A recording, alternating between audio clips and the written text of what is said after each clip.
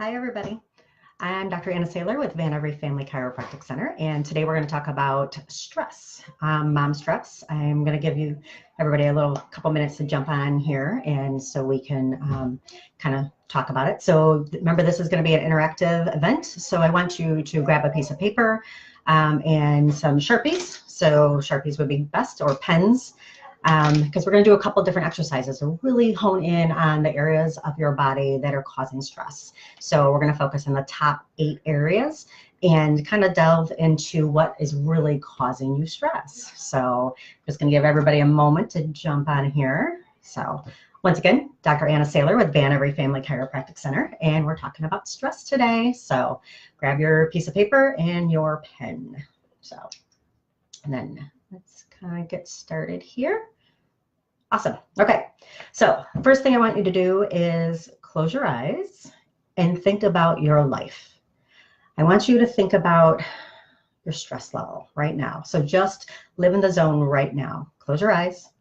How is your body stressed right now? So on a scale of 0 to 10, with 10 being the worst ever, 0 being the best ever, which is no stress at all, give me a number. So think about that. I want you to open your eyes, and I want you to take that number and write it down. Okay. So most of our patients come in, and when we talk about stress, it's very rare for someone to say they have no stress. And I would have to say, in today's world and life, it's getting more and more stressful.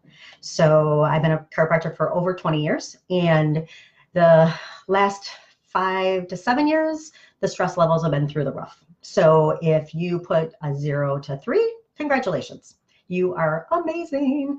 But most people put anywhere from 6 to 10, and actually some people say I'm a 20. I am just stressed out to the max, can't do anything else. What can I do? So if you are one of those people, there's a lot we're going to work on today, and we're going to actually delve into the different zones of your body and your health. Okay, so let's talk about stress first. What is stress? Because most people don't really know what stress is. And for us, it's more your inability to deal with stress. It's an exhaustion. It's overwhelm. It's I'm so tired even though I slept 8 hours. It's I can't do one more thing. I can't put one more thing on my plate.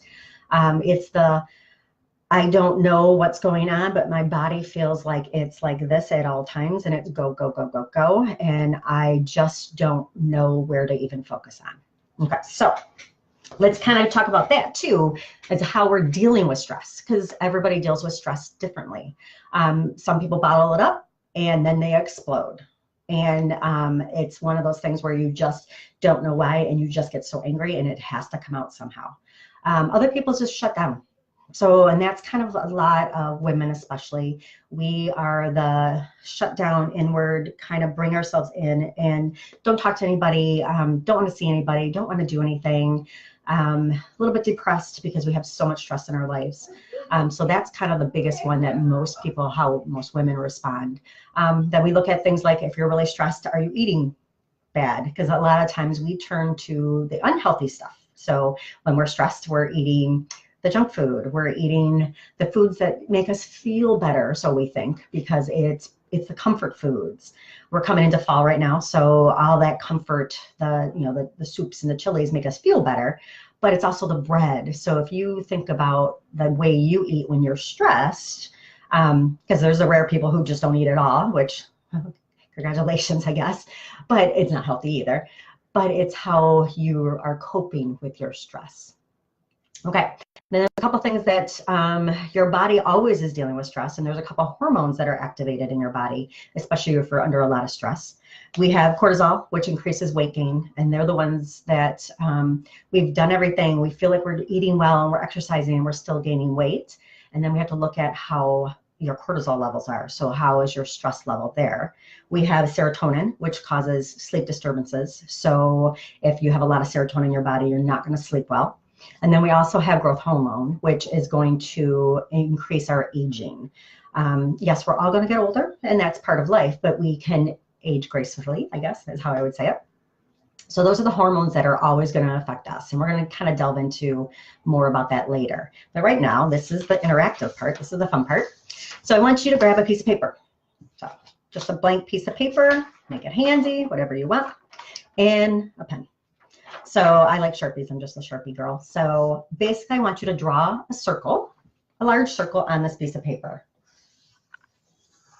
So just a big circle. We're going to divide this circle into 8 quadrants, and they're going to represent how you're dealing with life right now. So you're just going to do crisscross them across, and I'll show you as I'm doing it. So 4 quadrants, and then you're just going to go down into 8. Okay, so 8. You should have 8 total quadrants here. So I'll give everybody a chance to do that. And then what we're going to do is each of these is going to represent an area in your life that we actually want to talk about and give some tips about. So we're going to start in the first one on the top. I want you right here, in no particular order, but nutrition. So I want you to write the word nutrition. And I already did mine because my handwriting is atrocious. So I want you to write the word nutrition in one section. The next one is your exercise. So we have nutrition and then exercise. The next one would be sleep. I want you to put down sleep. Then water. Relationships would be the next quadrant. Work, so career, work. Finances. And the very last one will be health. So kind of going back around. So you should have nutrition, exercise, sleep, water, relationships, work, finances, and health at the top. Okay, so everybody got that done? So now you have 8 quadrants with 8 different areas of your life. So now that you've done those sections, I basically want you to, from on a scale of 0 to 10 again, with 0 being the worst. So that's the center point. So 0 is going to start here. 10 is going to be all the way to the top. I want you to draw a line in each area of where you feel like you are. So if 0 is the basically nothing and 10 is the most stressed in the area. So let's say nutrition. And it's where you're at right now. So nutrition, you're going to draw and say you've been eating great and you feel good. You're going to draw a line towards the top. To me, that represents about an 8. If you're nutrition and you've been eating tons of junk and you feel like you just are eating garbage, you're going to draw a line closer to the middle. So that's going to be about a 2. So take a minute to go through each of those and draw where you feel like, and I don't want you to think about it too much because we are overthinkers. If we think too much, we can second guess ourselves. Right now, today, where are you at on a health scale? Draw the lines, okay? So take a minute, really quick. I want you to draw that. And be honest with yourself because no one's watching. And if you want me to look at them, you can sure show me. But it's basically looking at yourself and answer truthfully how you think you're doing in each of these quadrants. Okay, so I did mine in red. I basically am doing really good right now because I just started a new diet, a new exercise program, a cleanse. My food's really on point. I've been exercising a lot. So I feel good in most areas. You can see my water intake. I colored it in for you guys, but my water intake, and I'm drinking a lot of water, but I know it can always be better. So I'm one of those people that always feel like I can do more. So I would probably never give myself a 10. That's me though.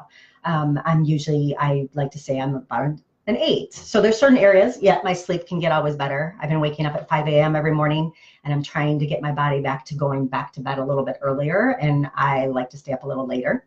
It's my downtime, it's my me time. So I know my sleeping can be a little bit better. So basically a lot of my key work, I love my job. I love what I do. So my work is pretty much at a 9, that can always be better. So look at your circle. And if there's very glaringly areas that really need help, we're going to kind of talk about each area and give you some tips on each of those areas.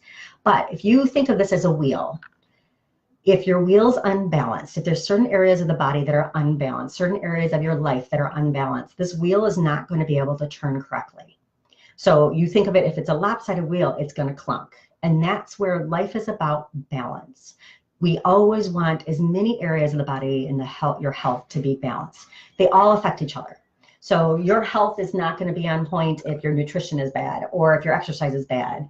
You know, and they go hand in hand. Like when I'm exercising, I sleep better. When I sleep better, I exercise better. So those are always going to be synergistic. So you want to look at where you are in this health scale. And let's talk about some tips for each area. So, and I'm just going to give you my tips because this is kind of over 20 years of experience. I've learned what works well for me. So basically, as you take these ideas, put down your own ideas too. And we're going to focus, I want you to focus on one area, because what we tend to do is we want to do it all, and we want to do it all now. And that's not how life is. That's not how, that's not really realistic. So we want to take a few tips and go, okay, I'm going to focus on this area. Okay, so let's start with nutrition. Nutrition is one of the key things. We all know what we should eat and what we shouldn't eat. I mean, it just seems so glaringly obvious. We know that, junk food's bad for us. We know health food's good for us. So it's looking at what you can do to help your nutrition right now. So kind of biggest thing is, did everybody have breakfast? It's a 9 a.m. Facebook Live right now. So did you eat a good breakfast too? So my first thing I do every morning is a protein shake, because it's going to give me the protein. It's going to give me the food and the vitamins, the nutrition, the minerals that I need to start my day off right. So if you didn't eat breakfast, you might want to look at that little chart on the nutrition wheel. So for those just joining us, we did a nutrition wheel. So I will explain this really quick, but we broke it down into 8 quadrants, and we have a different area of each zone. So we're talking about nutrition right now. That's really, breakfast is the key. And a lot of people say, well, I don't like to eat breakfast. And it's, if you are not feeling your body in the morning, it's not getting what it needs for the rest of the day. So if your tank is not filled, you're going to feel like you're running on empty. So nutrition is the key. But also looking at the things, if you write down, if there's something like that you really want to get rid of, like Diet Coke, or something that you know is not really good for you, start thinking about the things that you can do to replace those little things. It's all little things. It's all, those things add up. Okay, so that nutrition is the biggest one. Exercise, same thing. We all know we should exercise. We all know movement is great, and it's really good for our bodies and our mind and our soul. So looking at the kind of things that you can do for exercise. I wear a Fitbit.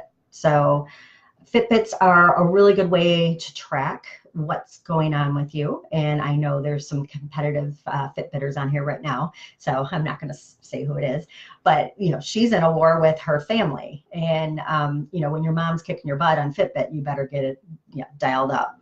So those kind of things. And it's more looking at what you want to do. How many steps a day do you want to do? How many stairs do you want to do? What do you want to do? And looking at where you're at now and how you can increase it. I'm on my feet for 10 hours a day. And the first time I wore my Fitbit, I was like, thought I was going to get so many steps in my day, in a 10-hour day. How great.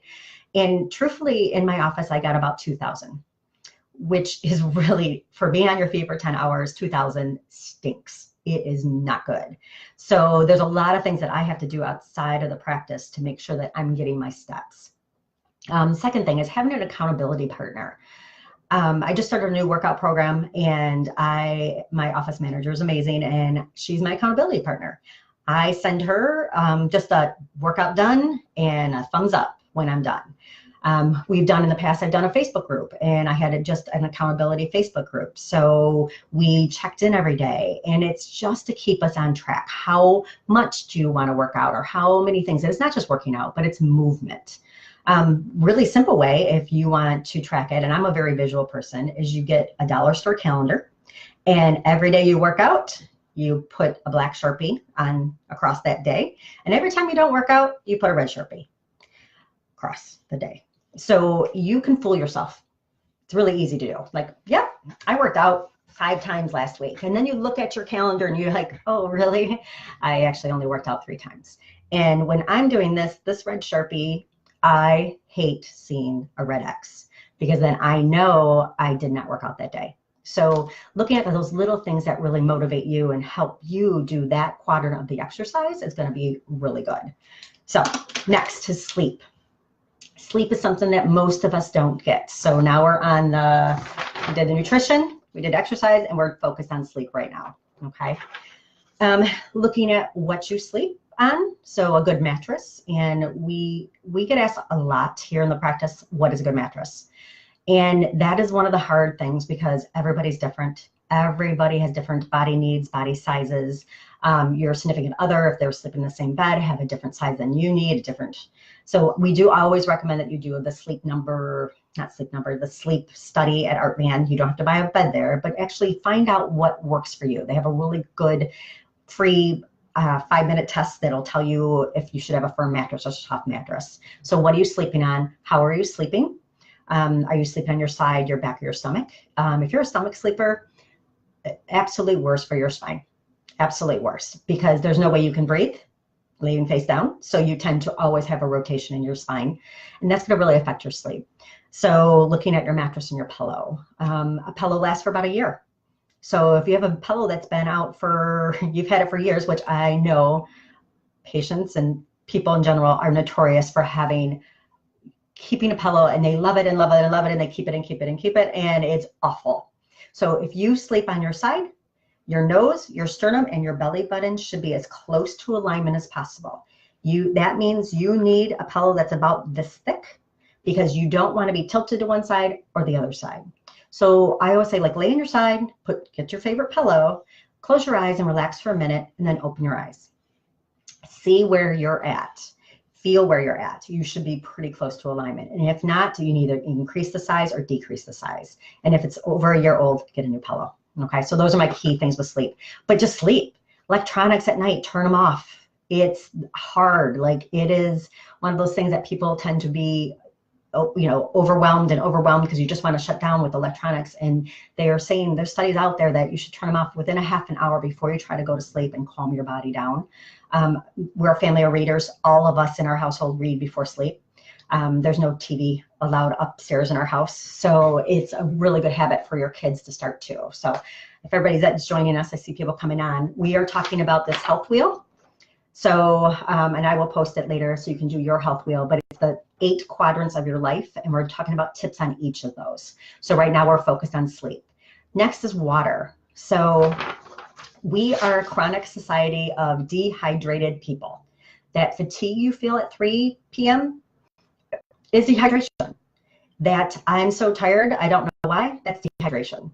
By the time you feel dehydrated, you've been dehydrated for probably about 2 hours. So water, water, water. And yes, I am a coffee drinker, and I drink my 1 cup of coffee in the morning, but I also replace it and have to drink extra water for that. So looking at what you're drinking right now, and tracking it. So simple way to track it. I have my water bottle here. This is my easiest tip to figure out how many bottles of water you want to drink. So say I want to drink 3 of these. I have 3 rubber bands. I am not allowed to move these rubber bands down until I drink the full bottle of water. So as soon as this bottle's empty, I'm going to move it down here. Simple, cheapest, easiest tip. And then the next one, and so on and so on. So say you want to drink 5, put 5 rubber bands on here. You can easily fool yourself into how much water you're drinking. When I'm working, I definitely don't drink enough water during the day because I'm on my feet, I'm with patients, I'm never sitting down. So I used to think I drank a lot more water, and then I would come to the thing and I would have 1 band down and I would have another full bottle. And it really tricks yourself into guzzling it as fast as you possibly can, because you can't move this down until you finish it. So pick how many bottles of water and find something that you really like to drink out of. I'm really, really picky with my water bottles too, because I find I drink more water out of certain bottles than other bottles. So the ones that actually let you drink more, like if it's a wire mouth, if that works for you, a straw, if that works for you, find what works for you and then start committing to that. So my wheel, my water is definitely the lowest wheel, just because, and I am drinking at least 6 bottles, but because of the way I'm working out and the way I'm eating, I should be drinking at least 8. So I know that's my zone that I need to work on. And that's one of those little tips that make a big difference. So figure out water, how you can get more water into your body. Okay, next is relationships. So this is a big topic though too, because this can be relationships with your family. This could be relationship with your significant other, your children. So this is the one that seems to really stress a lot of people out. and it's a hard one. So this is a really big one. So just the really easy tip that I have is the Love Language book. And the Love Language book by Gary Chapman is going to be one of those things that is earth-shattering if you don't know about it, because it is how you deal with relationships in general. So that is dealing with your children, your spouse, your family, learning your own love language and how you can fill your love bucket up and how you can fill your family's love bucket up. Highly, highly recommend it. I'm just going to skip over it really quick, though, because it is life-changing. So if you don't know about that, I would highly recommend you get that book and read it. I loved it on audio, so it's a really good book to listen to, too. Okay, the next one is work. So work, career, for, the adage of love what you do and you never work a day is so true for me. I love what I do. I love being a chiropractor. I love coming to work. Like my kids are always like, you're so happy when you go to work. And it's just one of those things when you really find something that feeds your soul. And so this is more of a soul searching one. The career that you're in right now, is it feeding your soul? Is it making you happy? Are you happy to go to work, or are you thinking about it and stressed out before you even come to your job? That's something that you actually have to really look at and go, okay, is there anything else that I can do to make this better? Because there's always ways to make things better in your field or in your job. I love positive attitudes, obviously, and I'm a huge component of positive attitude. So it's one of those things like just changing some of your mindset around what it is. But if that is, that's a big one. That's like a huge thing. And if you put a 2 or a 3, it's time to do some soul searching. It's time to look at why do you not love what you're doing. Finances. This one's a huge one for people too. And this is actually one of the ones that causes most stress with people. It causes a lot of the fights. It causes, and there's always, no one, it's lack of finances. It's never, I have too much money. But it is definitely the biggest stressor that we see and practice in what we see in life. One quick tip for us was Dave Ramsey. And it worked really well for us. I cannot say enough about Dave Ramsey, and he has Financial Peace University, and it was just phenomenal for me to learn more about how I deal with money and how I spend money and save money. But it's looking at the things that you can do to help with that area. So that's a really big area. So if you put a 0 to 3 on that needs some soul searching too. So finances is the stressful one. And then last but not least is your overall health. So your overall health is all of these together, because when you have stress in different zones, you can't be healthy. You can't feel good if you have major stress in one area and major stress in the other. It's like, remember the wheel of the car, if it's in balance, it's just going to be clunky and it's not going to be aligned. So your overall health is tied into all of these. So hopefully I gave you some tips on different areas, but what I would say is really soul search on each of the areas that are the smallest areas for you, the ones you put 0 to 3, and just do one thing. One thing today that'll help that area. Can you drink one more glass of water? Can you get up after this and actually go for a walk? Well, it's kind of raining today, so maybe walk around your house. Or you know what? Like my kids say, it's raining, big deal. We have umbrellas. Get an umbrella and put some boots on and go out. So looking at those key areas of your life that are causing you stress, because if they're causing you stress, it's a vicious cycle. It's a stressful cycle, and it goes over and over and over again. And if you're not balanced, things are going to affect you more. Okay, so I will post mine too, so everybody can see what their wheel is. So, okay, so moving on. There are 3 major stressors too, and we talk about it in the office all the time. 3 major stressors are the 3 T's: trauma, thoughts, and toxins. Those are the 3 things that cause stress, and they can cause stress to any parts of those wheels. So trauma is the big one. That's the physical stress. That is, if you think about all the times you've fallen, or maybe you fell, but you didn't really fall, but you've kind of caught yourself. You think about how many times, I mean, if you have kids, how many times they get hit in the head, all those little things. Computer work, text neck, all those kind of things too are daily stresses to the body. So daily traumas over and over and over again.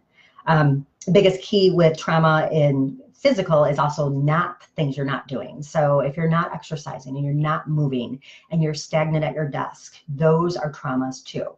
So looking at that T, what you can do to help you, like if you're at a computer for a long time, get up and move, set an alarm every hour for it to go up and just get up and walk around. It's those little things that will really help that T.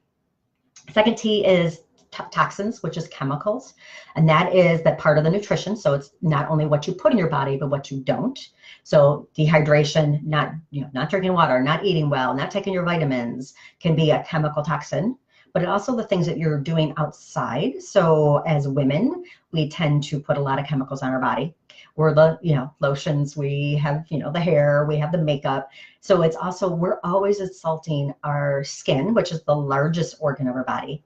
And it takes everything in. So looking at the products you're using, the things you're putting not only in, but on. So that would be chemical, which is a huge stress. And then the last thing is thoughts. Thoughts for me as a mom, as a wife, as a mother, as a chiropractor, as a boss, emotional trauma is the biggest one. It is the biggest thing that drives most women into our practice. It is the constant stress that we're putting onto ourselves. So it's the self-talk. We are so mean to ourselves. And they say it like you would never talk to a friend the way you talk to yourself, because you wouldn't have any friends. So how many of you today looked in the mirror and was like, oh my God, look at my hair. Oh my God, I'm so fat. I don't have this outfit doesn't look good. It's that constant self-talk that we're actually causing little traumas because we never forget it.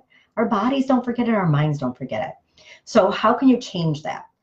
What are you listening to on the way to work? What kind of music are you listening to? Did you watch the news? Okay, I haven't watched the news in a really long time because it stresses me out. I got stopped using the newspaper because it was just so stressful. All the bad in the world, we need good. We need to feed our brain with good things. We need more good stuff. So the better we can talk to ourselves, the better we can talk to our children, our spouses, our friends and family, that, like positivity begets positivity. So the more you can be positive about things, the difference. So be the change for you and be the change for yourself. So thoughts is that huge one. So all three of these stressors, the three T's, trauma, thoughts, and toxins, are what bring most people into our practice and what are the hugest stressors for everybody. So kind of like, why am I even talking about this? So one of the things is your body, your stress is controlled by one thing. Do you guys know what that one thing is? It is your nervous system.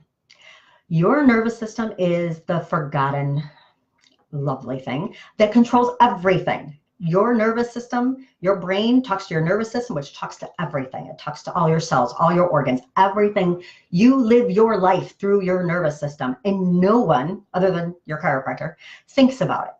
No one spends any time thinking about their brain and how it's affecting their nervous system, because you can't see it. You spend more time and money on your teeth because you can see if your smile is white. You can see if your smile is straight. You can't see if your body's crooked, other than posture. And we actually do a lot with posture here. But you can tell when someone has a shoulder that's not in the right position, or you can tell how this feels. You can see that, but you don't really think about how it's affecting your organs or your body system. That's what we do as chiropractors. How can we take the stressors off your life? I can't change your stress. I can't. I can give you some tips, but I cannot change your stress. But I can change the way your body deals with stress. I can change the way your body adapts to stress. We talk about this bucket being filled. You fill your bucket up with 3 T's, and as long as you're under that pain threshold, you don't feel it. You don't feel it at all. It's when you get up here and you're stressed and you're going and you don't feel good, and then you have pain, and then it's all these things. When your bucket's filled and it's one more drop, one drop puts it over the edge. My job is to empty your bucket. Our job as a chiropractor is to empty your bucket and give you a bigger bucket. So it takes more to stress you out. And you kind of think like, well, how does the nervous system do this? We have an amazing ability, and we have 2 different things going on, the parasympathetics and your sympathetics. The 2 parts of the body work together. So easy way to think about it is the gas pedal and the brake pedal of your car. You need both to go. You need both to drive. You need your gas to go, your brake to stop. So that's the kind of the same thing with your nervous system. You need your sympathetics to go, your parasympathetics to stop. If you are always on the go, go, go, go, you're like a beautiful car driving 100 miles an hour. Yeah, sure, it might be fun to go fast. Okay, I'll give you that. But if you're going, going, going, and you're never resting and digesting and stopping and slowing down, you can't manage life as well as you should be able to manage life. If you're going 100 miles an hour and you come around a curve and a deer jumps out at you, do you think it's going to be easy to get around that deer? Probably not. Do you think it's going to be easy to not hit the deer? What's going to happen is you're going to go, oh my gosh, you're going to slam on your brakes and you're going to spin out of control. So if that sounds like you spinning out of control, it's because you've been trying to slam on your brakes because you don't know what else to do. That's your sympathetics. That's your flight fight. That is your go, go, go system. So you can't be on the gas pedal and the brake pedal at the same time. You can't be like this and resting and digesting at the same time. So think about if you're driving at a fun 30 miles an hour and you go around a corner and a deer pops out at you, chances are you're going to be able to navigate that deer a little better than if you were going 100 miles an hour. Chances are you might just miss the deer. Chances are you might be able to go around it. You might do a, oh my God moment, but you didn't slam on your brakes. You were able to navigate it. And that's what we're talking about with chiropractic and your stress. Giving you the ability to navigate your life and your stress and how you deal with everything, how you're dealing with those 8 quadrants of your wheel. So that's my job as a chiropractor. So if anybody has any kind of questions about that, it seems so different. It's that last piece of the puzzle that most people don't even think about. You have no clue that chiropractic can help. So basically what our job is to bring the brakes on. Every time you get adjusted, it's like we're just gently tapping the brakes. We're not slamming on your brakes. That is not how we want to roll in this office either. But we want to gently tap on the brakes. We want to bring up your rest and digest. We want your body to function better. Because if you are not resting and digesting, your immune system is sluggish. You don't feel good. You are not getting the sleep you need. When your immune system is sluggish and is not working like optimal, you get sick. Right now it's fall and everybody's talking about how their body is getting sick. You're born to be healthy. You're born with a natural ability for your immune system to fight everything off. That's your job, as your body's job, your immune system's job. But if it's decreased, if your bucket is full, how are you supposed to fight things off? It's just like going around that curve and you see the deer. How are you supposed to manage your body? You can't. So that's where chiropractic really makes a difference in controlling that area, bringing your nervous system down, bringing your immune system up so you can fight things off better. So that's pretty much my talk right now. So if you have any questions, please reach out to me. If you, for my patients that are on here, bring your wheel in. I'll be happy to go through each of those zones. And remember, here's the zones, and I will guarantee that I'm gonna drink more water because that really stood out with me today. But we can talk about any of these different areas of your body and how some more tips, like that will actually help you. Is there a vitamin that you need to help you with your health? Is there something nutritional that you need? There's a lot that we can do to help you on your journey to health, because really you need to take care of yourself so you can take care of everybody. So if you're a mom on here, it's the same adage, put your oxygen mask on first. When you are not at optimal, you can't be at optimal. You can't take care of everything else in that wheel, like your relationships, your work, everything is going to be affected when you are not taking care of yourself. So hopefully those tips helped you today. Make sure you drink your water. So that's a good one, especially the rubber band tip. I know. Thanks, Kimberly. Any questions, please reach out to me. I am happy to help. We're here to serve you. So once again, I was Dr. Anna Saylor with Van Every Family Chiropractic Center located in Royal Oak, Michigan, and have a really amazing day. Bye, you guys. Bye.